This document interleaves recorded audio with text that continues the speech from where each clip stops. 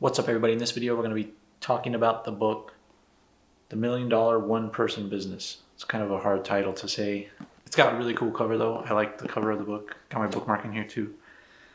I did finish it. It's just before the appendices. And this is by Elaine Pofeldt.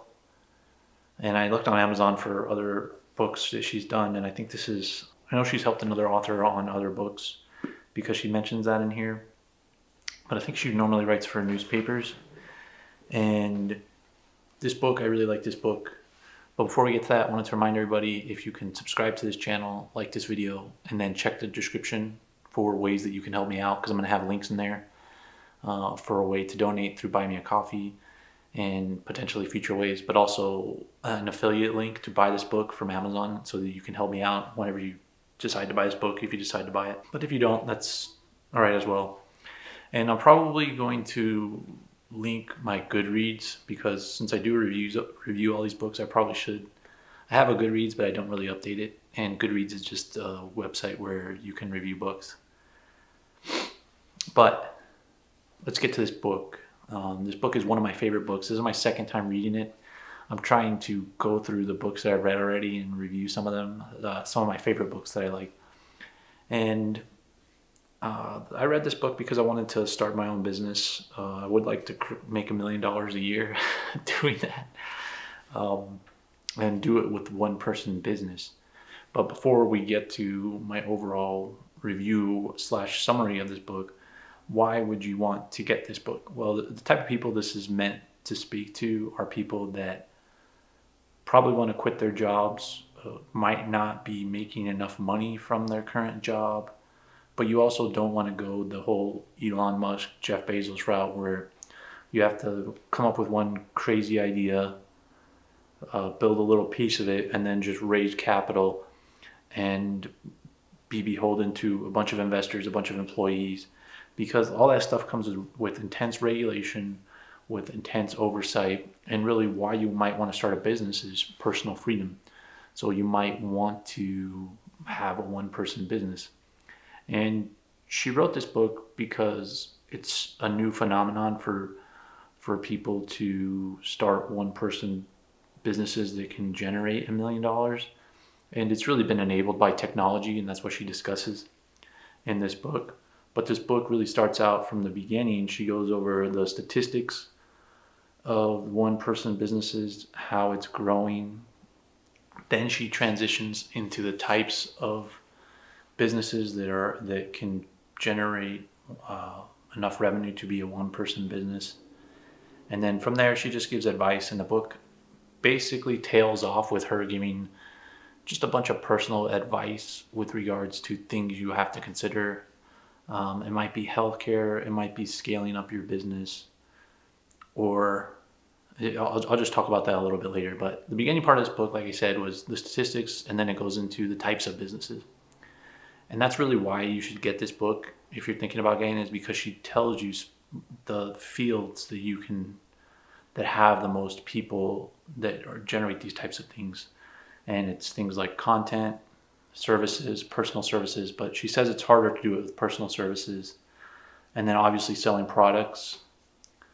All those things come with pitfalls. It's easier to do it with content, just because content isn't that much investment, is not that much risk, but it's going to be harder to make it catch on.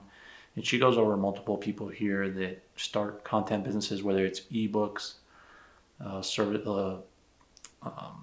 information on a website, things like that. But you can think of other people too. Like, I like watching streaming. You can think of streamers make that type of money. YouTube people make that type of money. But there's a lot of information product stuff when she talks about content, and kind of boils over to e-commerce, but e-commerce would be physical products. And in order to do that as a one-person business, it's going to be difficult, right? But she gives some resources that you can use, but you'd have to outsource the production, the fulfillment. You'd have to use drop shipping. She gives specifics in here. There's a linen company. There's a place, there's a mattress maker, Bear Mattress, and I have one of their pillows. But there's ways to do it. It's just a little bit more difficult. But that's the thing that I learned from this book. you can basically do whatever you want, but you have to have a really good idea.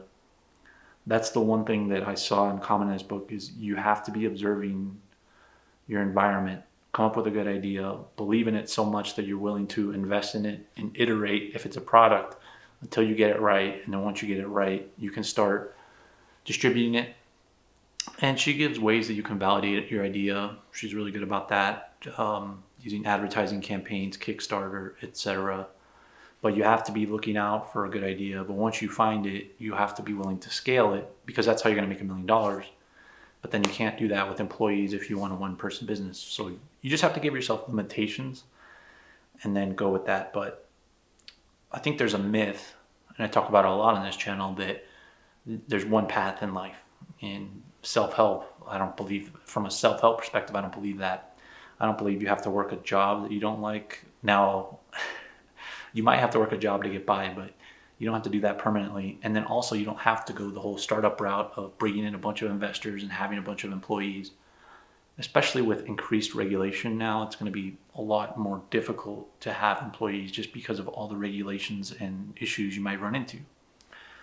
So that's one thing I thought of. That's one thing I thought about when I was reading this book. But it's also, you just have to have a really good idea, believe in that idea, and then pursue that. And another way to come up with ideas is using James Altucher's method of 10 ideas a day, flexing your idea muscle. And I think it's also flexing your observation muscle of problems around you. And you might be doing this in your job. You might be seeing an issue that can be addressed by a product or a service that you can come up with. And a lot of the businesses in here are fitness businesses. People that were personal trainers, nutritionists, things like that. A lot of fitness stuff scaled pretty well because a lot of people want to lose weight and there's not really good solutions out there. So micro-oriented solutions, like solutions super focused on something, is really good. And if you're in services, another thing to think about in this book is if you're in services or personal services like fitness, it's going to be hard to scale that to $1 million because you have to physically be there. But the way you can do that is by licensing or teaching other people how to do what you do. She gives an example of a personal trainer that does that, of a life coach that does that. So that's something to think about. And that's probably why you want to get this book, to like, you have to train your mind to think in these ways. And you're not going to learn to think about that unless you get a coach or unless you read a book like this that can show you the types of businesses that succeed and then how they succeeded. But there's some commonalities in here like outsourcing, drop shipping. You just have to think of all the things you'd have to accomplish in order to be a one-person business with no other employees. And then that I guess that'll kind of transition to the middle end of the book, where she talks about you have to be constantly reassessing your business and whether you need to hire employees, because it might be beneficial. There might be a reason why you need a permanent person to constantly help you out in your business, or maybe multiple things like shipping, but you could also outsource that. So don't do that as a default. But also you have to constantly reassess what you're doing, because you don't want to get into a frame where you're just doing something to make money and you hate it and you feel like a slave, because that's probably not why you want to do this. And also a little bit of this book can be mixed with the 4-Hour Workweek by Tim Ferriss, because the concepts in there are similar to here. Tim Ferriss is probably a little bit more extreme, and he's a little bit more non-realistic and non-specific than she is. He gives some good tools, but the tools he used in that book are a little bit outdated in my perspective, because everybody tried to use that book, where this gives you multiple examples and multiple fields to use, but maybe you could utilize both of them together. But this book is really good. And then one of the last things I wanted to cover was quitting your job before you do this. And she goes over, if you don't have enough money to quit your job, then don't do that, obviously, and you can do this in your spare time. And she gives examples of people that do this in their spare time. And if you've investigated this, you've probably run across that. but you also are probably not aware of how much time you have, even if you do have a job. And to do this, you don't need to do it 100% full time unless it's replaced your income. She gives those examples too, because a good idea, you can work on it slowly and build it up. If it's not validated, if it's not making revenue, you need to work on it slowly, build it up until it can replace your full-time income. Because as she says in here, working for yourself, you have to pay your own health care, you have to pay your own taxes if you make money. You're going to have all these fees and expenses, insurance if you have that type of risk. You're just going to have a lot more expenses. Where a job, you're going to have, in the US at least, you're going to have healthcare tied into that. They're going to pay your taxes through the payroll tax that they take out. There's just a lot of things you have to consider. But this book will give you an overview. This is one of the best starting your own business books that I've read, and I really recommend it. And I'm going to be covering some more. So that's why you should subscribe to here. But that's basically my review. For specifics, you definitely need to get this book of all the types of businesses that you can start and the fields where people succeeded, and stories. There's tons of stories in here, tons of examples. There's a book in here that a guy wrote that I'm going to investigate. It's the Miracle Morning. So I'm going to be reviewing that here, but that's somebody that was a one-person business. But tons of examples, and it's one of the best business books that I've ever read. I'm amazed it's not more popular, but maybe this video will make it more popular, who knows. But I'm also going to put it in a playlist, so eventually it could get more popular. But that's my review, review/summary of the $1 Million One-Person Business. Make sure to check out the description to this video for relevant links, and also like this video. Thanks for watching.